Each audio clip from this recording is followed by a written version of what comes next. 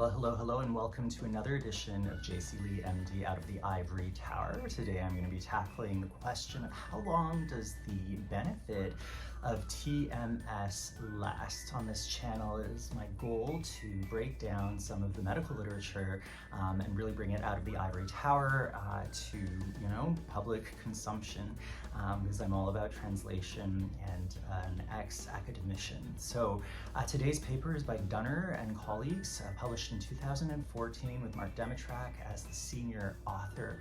And in this study, Dunner and colleagues endeavored to really look at the durability of benefit in terms of depression, recovery, remission, etc.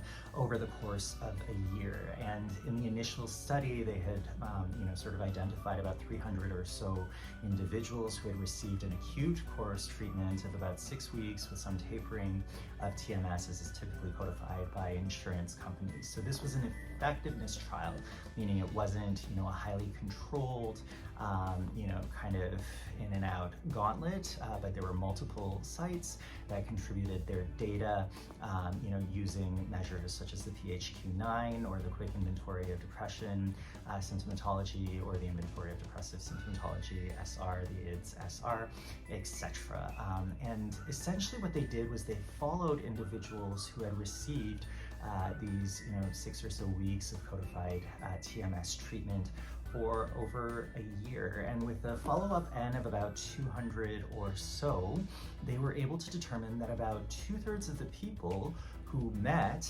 responder sort of status at the end of their acute treatment held on to that benefit about a year later. And of course, there are a lot of intervening circumstances, ongoing medication, etc.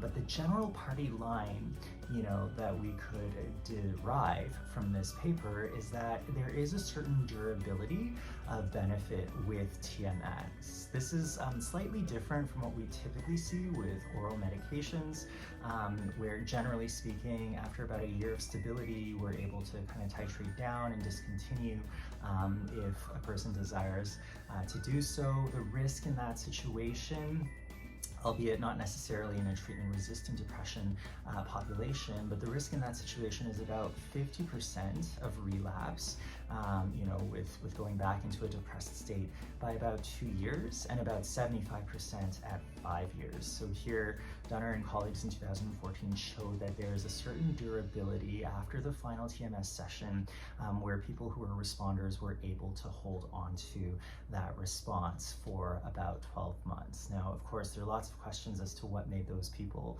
hold on to those benefits. Was there anything uniquely different about them? Again, difficult to answer those questions with a non-controlled, effectiveness or real-world kind of clinical setting, but it does give that message of hope that TMS is not, it's certainly not a one-and-done kind of situation, but in general, there is a certain tangible benefit that lasts. And in fact, for most insurance companies, there is the ability to get retreated after, I think, a washout of 3 months or so of the final TMS treatment.